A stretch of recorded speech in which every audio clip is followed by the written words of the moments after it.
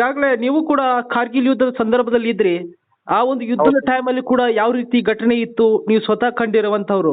ಈಗ ಪಾಕಿಸ್ತಾನದ ಉಗ್ರರು ಪದೇ ಪದೇ ಭಾರತವನ್ನ ಅಟ್ಯಾಕ್ ಮಾಡಿ ಭಾರತದ ಅಮಾಯಕ ಜೀವಗಳನ್ನ ಬಲಿ ತೆಗೆದಿದ್ದಾರೆ. ಇದಕ್ಕೆ ಪ್ರತಿಯಾಗಿ ಇವತ್ತು ಭಾರತ ಅವ್ರ ನೆಲಕ್ಕೆ ನುಗ್ಗಿ ಆ ಉಗ್ರರ ನೆಲೆಗಳನ್ನ ಧ್ವಂಸ ಮಾಡ್ತಕ್ಕಂಥ ಕೆಲಸವನ್ನ ಮಾಡಿದೆ. ಈ ಸಂದರ್ಭದಲ್ಲಿ ನೀವೇನ್ ಹೇಳ್ತೀರಾ ಸರ್? ಅದು ಈ ಒಂದು ಹಿಂದಿಯಲ್ಲಿ ಒಂದು ಗಾದೆ ಮಾತಿದೆ ಸರ್. ಹಿಂದಿಯಲ್ಲಿ ಒಂದು ಗಾದೆ ಮಾತಿದೆ ಏನಂದ್ರೆ ಈಂಟ್ ಕಾ ಜವಾಬ್ ಪತ್ತರ್ ಸೆ ದೇನಾ.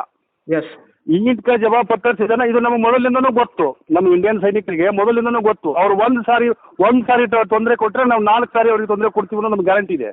ಅವ್ರು ಒಂದು ತೆಗೆದ್ರೆ ನಾವು 10 ತೆಗಿತೀವಿ ಅನ್ನೋದು ನಮಗೆ ಕಾನ್ಫಿಡೆಂಟ್ ಇದೆ. ಇದು ಆಕ್ಚುಲಿ ನಿಜವಾಗಿ ಹೇಳ್ಬೇಕಂತಂದ್ರೆ ಒಂದ್ ಸಾರಿ ಇದಕ್ಕೆ ಇತಿಶ್ರೀ ಆಡ್ಲೇಬೇಕಾದಂತ ಸಮಸ್ಯೆ ಬಂದಿದೆ. ಇವಾಗ ಇತಿಶ್ರೀ ಆಡ್ಲೇಬೇಕು ಖಂಡಿತ. ಇಲ್ಲ ಅಂತಂದ್ರೆ ಇತಿಶ್ರೀ ಆಡದೇ ಇದ್ದಂತಂದ್ರೆ ಮುಂದಿನ ಪೀಳಿಗೆಗೆ ನಾವು ಏನು ಸಂದೇಶ ಕೊಡೋಕೆ ಸಾಧ್ಯ ಇದೆ ಹೇಳಿ ಸರ್? ಮುಂದಿನ ಪೀಳಿಗೆಗಳಿಗೆ ಏನ್ ಸಂದೇಶ ಕೊಡೋಕೆ ಸಾಧ್ಯ ಇದೆ? ಏನ್ ಡೆವಲಪ್ಮೆಂಟ್ ಆಗಕ್ಕೆ ಸಾಧ್ಯ ಇದೆ ನಮ್ಮ ದೇಶ? ಆರ್ಥಿಕವಾಗಿ ಮತ್ತು ಶಿಕ್ಷಣದ ಮಾಧ್ಯಮವಾಗಿ ಯಾವುದೇ ರೀತಿ ಆದ್ರೂ ಕೂಡ ಬಹಳ ಹಿಂದುಳಿದಾಗತ್ತೆ. ಈ ತರ ನಮ್ಗೆ ಏನಂತಂದ್ರೆ ಆಕ್ಚುಲಿ ಹೇಳ್ಬೇಕಂತಂದ್ರೆ ಇದು ಬಗಲಾಗ ಒಂಥರ ಕ್ಯಾನ್ಸರ್ ಗಾಡ್ ಇದ್ದಂಗೆ. ಇದು ದೇಶಿ ಭಾಷೆದಾಗ ಹೇಳ್ಬೇಕಂದ್ರೆ ಬಗಲಾಗ ಒಂಥರ ಕ್ಯಾನ್ಸರ್ ಗಾಡ್ ಇದ್ದಂಗೆ. ಆಡಲೇಬೇಕು. ಇದು ಯಾವುದೇ ತರದ ಭೇದ ಭಾವಗಳನ್ನ ಮರೆತು, ಜಾತಿ ಭೇದ, ಪಕ್ಷ, ಪಾರ್ಟಿ ಅನ್ನುವುದನ್ನ ಮರೆತು ನಾವೆಲ್ಲರೂ ಒಗ್ಗಟ್ಟಾಗಿ ಇದನ್ನು ನಾವು ನಿರ್ಣಯ ಮಾಡಲೇಬೇಕು, ಅದನ್ನು ನಿರ್ಣಯಿಸಬೇಕಂತ ನನ್ನ ಅನಿಸಿಕೆ.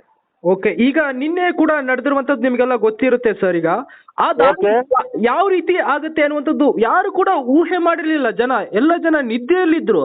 ಆ ಟೈಮ್ ಈ ತರದ ಅಟ್ಯಾಕ್ ಒಂದು ಟೈಮಿಂಗ್ ಅಥವಾ ಯಾರಿಗೆ ಗೊತ್ತೇ ಆಗಿದ್ದಿರುವಂತಹ ಒಂದು ದಾಳಿ ಮತ್ತು ಅದು ಹೇಗಿರುತ್ತಂತ ಅಟ್ಯಾಕ್, ಏರ್ ಸ್ಟ್ರೈಕ್ ಆಗಿರ್ಬೋದು, ಆ ದಾಳಿಯ ಕ್ಷಣಗಳು ಯಾವ ರೀತಿ ಇರ್ತಿತ್ತು ಅಂತ ಹೇಳಿ ನಿಮಗೆ ಗೊತ್ತಿರುವ ಹಾಗೆ. ಯಾಕಂತಂದ್ರೆ ನೀವು ಸುಮಾರು ವರ್ಷಗಳ ಕಾಲ ಸೇನೆಯಲ್ಲಿದ್ರಿ, ಈ ತರದ ದಾಳಿಗಳನ್ನ ಸಾಕಷ್ಟು ಬಾರಿ ನೋಡಿರ್ತೀರಿ. ಹಾಗಾಗಿ ಆ ದಾಳಿಯ ಒಂದು ಭೀಕರತೆ ಅಥವಾ ಆ ಒಂದು ಟೈಮ್ ಯಾವ ರೀತಿ ಇತ್ತಂತ ಸರ್? ಸರ್ ನೋಡಿ, ಇದು ಈ ಆಪರೇಷನ್ ಏನ್ ನಡೆಯುತ್ತಲ್ಲ, ಇದ್ರದ್ದು ಯಾವುದೇ ತರದಾದ ಟೈಮು ಮತ್ತು ಡೇಟ್ಗಳನ್ನ ಅನೌನ್ಸ್ ಮಾಡಕ್ ಆಗಲ್ಲ. ಇದು ಸೀಕ್ರೆಟ್ ಇರುತ್ತೆ. ಇದು ಸೀಕ್ರೆಟ್ ಇರುತ್ತೆ. ಇವನ್ ಆ ಪ್ಲೇಸಿಗೆ ಹೋಗಿ ಆಪರೇಷನ್ ಸ್ಟಾರ್ಟ್ ಮಾಡಿದ ಮೇಲೆ ಎಷ್ಟೋ ಜನರಲ್ಲಿ ಕೆಳಗೆ ಗೊತ್ತೇ ಆಗಲ್ಲ ನಾವು ಎಲ್ಲಿ ಬಂದಿದೀವಿ ಅಂತ.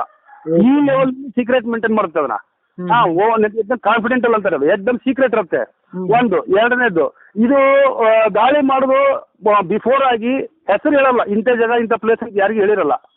ಇಂಥ ಜಾಗ ಬಟ್ ಪ್ರಿಪೇರ್ ಎಲ್ಲ ರೀತಿಯಿಂದ ತಯಾರಿ ಮಾಡ್ಕೊಂಡಿರ್ತಾರೆ. ಎಲ್ಲ ರೀತಿಯಿಂದ ಬಾಯಿ ಏರ್ ಅಟ್ಯಾಕ್ ಆಗಲಿ ಅಥವಾ ಯಾವುದೇ ತರದ ಇರಲಿ, ಅದಕ್ಕೆ ಹೊಂದಿಕೊಳ್ಳೋ ತರ ರೆಡಿ ಮಾಡಿಕೊಂಡೇ ಪ್ಲಾನ್ ಮಾಡ್ಕೊಂಡೇ ಅಟ್ಯಾಕ್ ಮಾಡಿರ್ತಾರೆ. ಇದು ಹೊರಗಡೆ ಮಾತ್ರ ಯಾರಿಗೂ ಇದ್ರ ಬಗ್ಗೆ ಲೀಕ್ ಆಗಲ್ಲ. ಇದನ್ನ ಮಾತ್ರ ನಾನು ಗ್ಯಾರಂಟಿ ಕೊಡ್ತೀನಿ. ಲೀಕ್ ಮಾಡಿ ಕೊಡಲ್ಲ. ಈಗಾಗಲೇ ಸರ್ ಮಾಕ್ ಡ್ರಿಲ್ ಕೂಡ ಮಾಡ್ತಾ ಇದ್ದಾರೆ. ಇನ್ನೇನು ಪಾಕಿಸ್ತಾನದ ವಿರುದ್ಧ ಯುದ್ಧ ಆಗ್ಲೇ ಬಿಡುತ್ತೆ ಎನ್ನುವಂತಹ ಕೂಡ ಆತಂಕ ಸಾಕಷ್ಟು ಜನರಲ್ಲಿ ಇದೆ. ಏನಾಗುತ್ತೋ ಎನ್ನುವಂತಹ ಆತಂಕ ಕೂಡ ಇದ್ದೇ ಇದೆ. ಹಾಗಾಗಿ ಯುದ್ಧದ ಸ್ಥಿತಿಗತಿಗಳು ಹೇಗಿದೆ? ಯುದ್ಧ ಆಗುತ್ತಾ ಅಥವಾ ಯುದ್ಧ ಆದ್ರೆ ಈಗ ಪ್ರಸ್ತುತ ಕಾಶ್ಮೀರದಲ್ಲಿನ ವಾಸ್ತವ ಸ್ಥಿತಿಗಳು ಹೇಗಿದೆ ಅಂತ ಹೇಳಿ ನಾನು ನಿನ್ನೆ ಒಬ್ರು ಕೂಡ ಸೈನಿಕರನ್ನ ಮಾತನಾಡಿಸ್ತಕ್ಕಂಥ ಕೆಲಸವನ್ನ ಮಾಡ್ತಾ ಇದ್ದೆ. ತುಂಬಾ ಪ್ರಕ್ಷುಬ್ಧ ವಾತಾವರಣ ಇದೆ. ಈಗಾಗಲೇ ಗಡಿ ಉದ್ದಕ್ಕೂ ಕೂಡ ಅಲ್ಲಲ್ಲಿ ಯುದ್ಧ ಟ್ಯಾಂಕರ್ಗಳನ್ನ ನಿಲ್ಲಿಸುವಂತ ಕೆಲಸ ಕೂಡ ಆಗ್ತಾ ಇದೆ. ತುಂಬಾ ಸಿಚುವೇಶನ್ ಕ್ರಿಟಿಕಲ್ ಆಗಿದೆ ಎನ್ನುವಂತ ಮಾತನ್ನ ಹೇಳ್ತಾ ಇದ್ರು ಸೈನಿಕರು. ಈ ಟೈಮಲ್ಲಿ ಹೇಗಿರುತ್ತೆ ಆ ಒಂದು ಗಡಿಯ ಭಾಗದಲ್ಲಿ ಅಂತ ಸರ್? ಗಡಿ ಭಾಗದಲ್ಲಿ ನೋಡ್ರಿ, ಯುದ್ಧ ಘೋಷಣೆ ಆಗ್ಲಿ ಬಿಡ್ಲಿ, ಮೊದಲು ಟೋಟಲ್ ಹೇಳ್ಬೇಕಂತಂದ್ರೆ ಅಲರ್ಟ್ ಯಾವಾಗ್ಲೂ ಇರ್ತಾರೆ. 24/7 ಅಲರ್ಟ್ ಇರ್ತೀವಿ ಯಾವಾಗ್ಲೂ ಗಡಿ ಉದ್ದಕ್ಕೂ. ಬಟ್ ಇವಾಗ ಇದು ಪಹಲ್ಗಾಮ್ ಈ ತರ ಬಂದು ಅಟ್ಯಾಕ್ ಮಾಡಿದ ಮೇಲೆ ಮತ್ತಷ್ಟು ತನಾವ್ ಜಾಸ್ತಿ ಆಗುತ್ತೆ.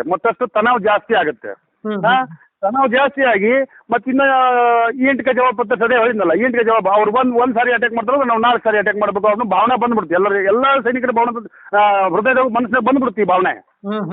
ಯಾವಾಗ ಅಲ್ಲಿ ನೋಡ್ರಿ, ಅಲ್ಲಿ ಫೀಲ್ಡ್ನಾಗ ಇಳಿದ ಮೇಲೆ ನಾನು ನಿಮ್ಗೆ ಇದಕ್ಕಿಂತ ಪೂರ್ವದಾಗ ಹೇಳಿದೆ, ಯಾವುದೇ ರೀತಿಯ ಭೇದ ಭಾವಗಳನ್ನು ನಾವು ವಿಚಾರ ಮಾಡಲ್ಲ. ನಮ್ಮ ಯಾವುದೇ ಪಾರ್ಟಿ, ಪಕ್ಷ, ಜಾತಿ, ಮತ ಇಲ್ಲ. ಅಲ್ಲಿ ನಮಗೆ ಕಾಣೋದೇನಂದ್ರೆ ನಮ್ಮ ಭಾರತ ದೇಶ ಒಂದೇ. ನಮ್ಮ ಭಾರತ ಮಾತನ ಸುರಕ್ಷತೆಗಾಗಿ ನಾವು ಏನು ಬೇಕಾದ್ರೂ ಮಾಡೋಕೆ ರೆಡಿ ಇರ್ತೀವಿ. ಇವಾಗ ರೆಡಿ ಇದ್ದಾರೆ. ಅದೇ ತರ ಈ ಹಿಂದೂ ಕೂಡ ಅವ್ರಿಗೆ ಎಷ್ಟೋ ಸಾರಿ ಅವರಿಗೆ ಮೂತೋಡ್ಕ ಜವಾಬ್ ಅಂತಾರಲ್ಲ, ಅವ್ರಿಗೆಲ್ಲ ಜವಾಬ್ ಕೊಟ್ಟರು ಕೂಡ ಅವ್ರಿಗೆ ಬುದ್ಧಿ ಬರ್ತಾ ಇಲ್ಲ. ಅವ್ರಿಗೆ ಬುದ್ಧಿ ಬರ್ಲಿಲ್ಲ ಅಂತಂದ್ರೆ ಅವ್ರು ನಿರ್ಣಯ ಮಾಡ್ತಾರ ಖಂಡಿತ. ಇದೊಂದು ಮಾತ್ರ ಶತಸಿದ್ಧ. ಯಾಕಂತಂದ್ರೆ ಇವರು ಮಾಡ್ತಕ್ಕಂಥ ಟೆಕ್ನಿಕ್ಗಳೇನದಲ್ರಿ, ಅದೆಲ್ಲ ನಮ್ಮ ಆಮ್ ಜನರಿಗೆಲ್ಲ ಗೊತ್ತಾಗಿದೆ ಅಂತ ನಾನು ತಿಳ್ಕೊಂತೀನಿ. ಎಷ್ಟೋ ಜನರಿಗೆ ಗೊತ್ತಾಗಿದ್ದಿಲ್ಲ. ಏನಂದ್ರೆ ಇವರು ಇಂಟರ್ನಲ್ ವಾರ್ ಅಂತಾರಲ್ಲ, ಒಳಗಡೆ ಆರ್ಥಿಕವಾಗಿ ಹಿಂದ್ ಮಾಡಿಸೋದು, ಡ್ರಗ್ಸ್ಗಳನ್ನ ಇದನ್ನ ನಮ್ಮ ಇಂಡಿಯಾಕ್ಕೆ ಸಪ್ಲೈ ಮಾಡಿ ವೀಕ್ ಮಾಡೋದು, ಯುವಕರನ್ನ ವೀಕ್ ಮಾಡೋದು, ಇದು ಎಜುಕೇಶನ್ ಮೇಲೆ ಪರಿಣಾಮ ಬೀರುತ್ತೆ. ಇಂದಿನ ಯುವಕರೇ ಮುಂದಿನ ನಮ್ಮ ದೇಶದ ಶಕ್ತಿ ಅಂತ ಹಿಂದಿನ ಮಹಾತ್ಮಾಜಿ ಅವರೇ ಹೋಗ್ಯಾರ. ಹೌದ್ರೆ ಆ ಯುವಕರನ್ನ ಹಾಳು ಮಾಡಕ್ಕೆ ಇವ್ರು ಪ್ರಯತ್ನ ಮಾಡ್ತಾರ. ಆ ಯುವಕರನ್ನೇ ಹಾಳು ಮಾಡಕ್ಕೆ ಯಾಕೆ ಡ್ರಗ್ಸ್ ಇಂಡಿಯಾಗೆ ಸಪ್ಲೈ ಮಾಡೋದು, ಜನರನ್ನೆಲ್ಲ ಹಾಳು ಮಾಡಿಬಿಡೋದು, ಯುವಕರೆಲ್ಲ ದಾಸೀನರ ಆಗಿಬಿಡೋದು, ಡ್ರಗ್ಸ್ ದಾಸೀನರ ಆಗಿಬಿಡೋದು. ಆ ನಂತರ ನಮ್ದೆಲ್ಲ ಮೇನ್ ಪವರ್ ವೀಕ್ ಆಗಿಬಿಡುತ್ತೆ ಅಲ್ಲಿಗೆ. ಅದಕ್ಕೆ ನಮ್ಮ ಜನ ಏನೈತೆ ನೋಡ್ರಿ, ಮತ್ತೆ ಎಚ್ಚೆತ್ಕೋಬೇಕಾಗಿತ್ತು. ಮೊದಲು ನಮ್ಮಲ್ಲಿ ಯಾವುದೇ ರೀತಿಯ ಭೇದ ಭಾವ ಇಲ್ಲ, ನಾವೆಲ್ಲರೂ ಒಂದು ಅನ್ನೋದನ್ನ ತೋರಿಸ್ಕೊಳ್ಬೇಕಾದ ಸಮಯ ಕೂಡಿ ಬಂದೈತೆ ಅಂತ ನನಗನ್ಸುತ್ತೆ. ಓಕೆ, ಖಂಡಿತ ಇವರೇ, ಥ್ಯಾಂಕ್ ಯು ನಿಮ್ಮ ಒಳ್ಳೆ ಮಾಹಿತಿಗಾಗಿ.